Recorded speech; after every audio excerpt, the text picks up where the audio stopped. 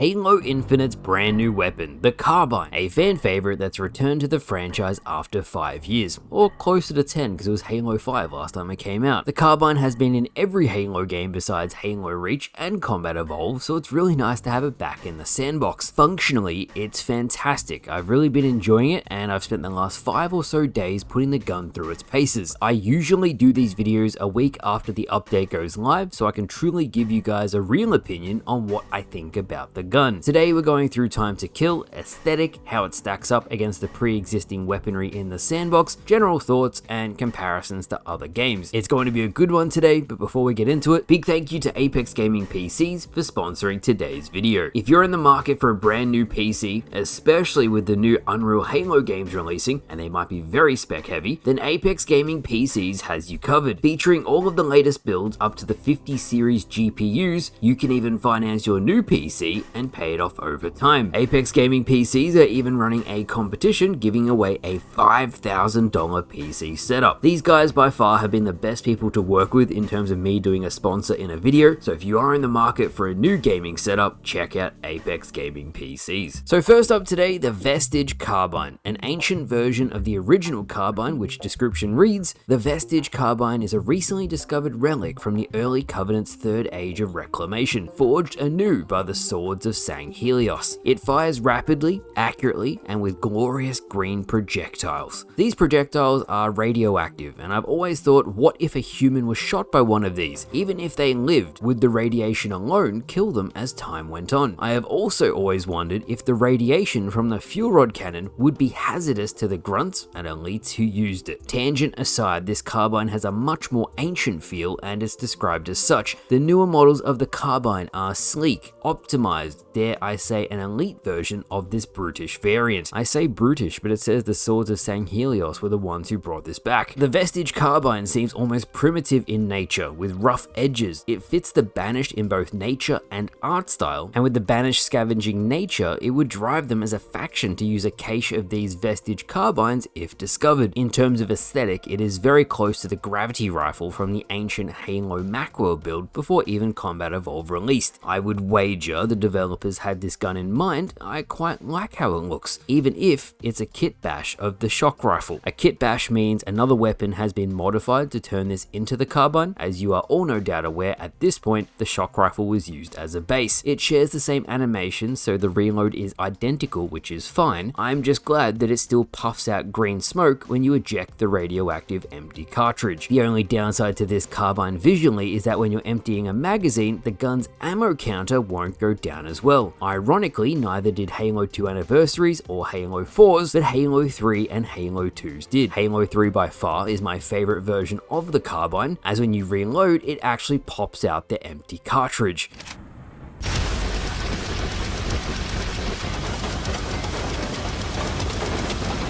The zoom of the Vestige Carbine functions the same in terms of magnification, just like the older versions, allowing users to get a red reticle from a longer range when zoomed. The Carbine is a 7-shot kill, with the final shot being to the head, 10 if it's only to the body. In terms of power scaling, for comparison, the Bandit Evo, the starting weapon of the HCS, the Halo Championship Series, that gun is far more effective than the Carbine. The extra power of the Bandit is noticeable. It even feels easier to hit headshots with the Bandit Evo versus the Carbine. If I was rating each gun from best to worst in terms of starting precision weaponry, I'd put the Bandit Evo at the top, followed by the Battle Rifle, the Carbine in third, and then the Commando last. The Commando's horrible weapon bloom means its level of consistency is far lower than the Carbine. The Carbine, when paired with a plasma weapon, particularly the Plasma Carbine, so you get 2 carbines, that's a lot of carbine, it's like a new age noob combo. You can quickly strip shields and then follow it up with a headshot. I notice sometimes it's a little tricky to get that final headshot. Sometimes I would land the shot, it wouldn't connect. That's where the Bandit Evo is far easier and much more consistent. In terms of overall performance, the gun feels satisfying to use. In the new game mode, Banished Slayer, where you can use the carbine in-game regularly, I was happy to use the carbine. I knew I could keep up with the Bandit Evo users. If the gun was completely underpowered, I would say so, but that is just not the case. One area that the carbine excels, and it actually beats the Bandit Evo, is that the fire rate is much faster on the carbine. That means you can quickly knock an enemy out of scope and they shouldn't be able to zoom back in and shoot you. This is lessened, unfortunately, due to players having the ability to zoom in with the left trigger. Traditional Halo only let you zoom in with the right thumbstick. If it was still this way today, the carbine would have a definite edge in certain engagement ranges over the Bandit. Now that you can zoom with the left trigger, you can practically zoom in immediately after being shot. It's much easier than using the right stick. Now, one thing that's cool that I noticed is that you can actually use the new Firefight AI scripting to give the Banished the carbine to hold. They'll use it like a shock rifle. Yes, I'd love the weapon to be in the campaign. I also think the Falcon would have made a great addition too. And to answer your question as to why the carbine haven't been added to the campaign, and well, why none of these new sandbox pieces have been added to the campaign, ever since 343 and then Halo Studios decoupled the Halo Infinite campaign and the multiplayer, they are entirely separate builds at this point. The old campaign build doesn't even have the new networking changes. It still has massive technical debt, and any minor change could in fact brick the entire campaign build. They also, 1, don't have the campaign QA testing team anymore, 2, it would require so much more work than the multiplayer, and 3, I don't even think the Unreal campaign team they've hired would know how to work with the old Slipspace engine. Not the updated one, the old, horrible, almost game-killing one. These are just informed guesses, nothing definitive, but unfortunately I don't see the campaign ever getting new sandbox items. In saying that, I was watching Hidden Xperia's small review on the weapon, and I agree with his assessment that I like how the gun looks. The Vestige Carbine is different, it's unique. I quite enjoy the backstory of the weapon, of it being an ancient variant. It's familiar enough and functions the same, but different in that it adds some new story to the gun. In terms of sound design, this version of the carbine sounds different from any that's come before. I'll play it on screen so you can hear it.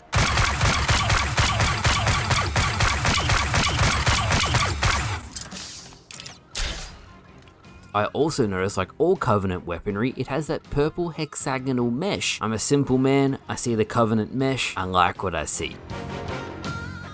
One of the coolest things that comes with this iteration of the carbine is the ability to change its skin, its coating. There's over 100 different ways you can make this carbine look. For the video, I picked Covenant Purple, but there's a red coating that you might see in some of the gameplay. I thought that looked awesome as well. Yes, there's some absolutely disgusting coatings that do not match at all, but there's some really sick ones too. Truthfully, I've seen nothing but praise for this weapon. Compared to the Fjord Spanker, it is a night and day difference, and I'd rate the gun a 7 out of 10. A wonderful addition to the sandbox. We've gotten the Bandit, the MA5K Avenger, which is the SMG, the Fjord Spanker, which isn't amazing, but it's useful enough that it adds an extra rocket launcher into the game, the Mutilator, which I still think is an amazing gun, and now the carbine. It keeps with the trend of the Halo community receiving one new sandbox item per season. I have no idea what weapon will come next. Your guess is as good as mine. With that said, let me know what you think of Halo Infinite's brand new weapon in the comments below. Thank you all for watching. Big thank you again to Apex Gaming PCs for sponsoring today's video. You guys are legends, and I'll see you all later.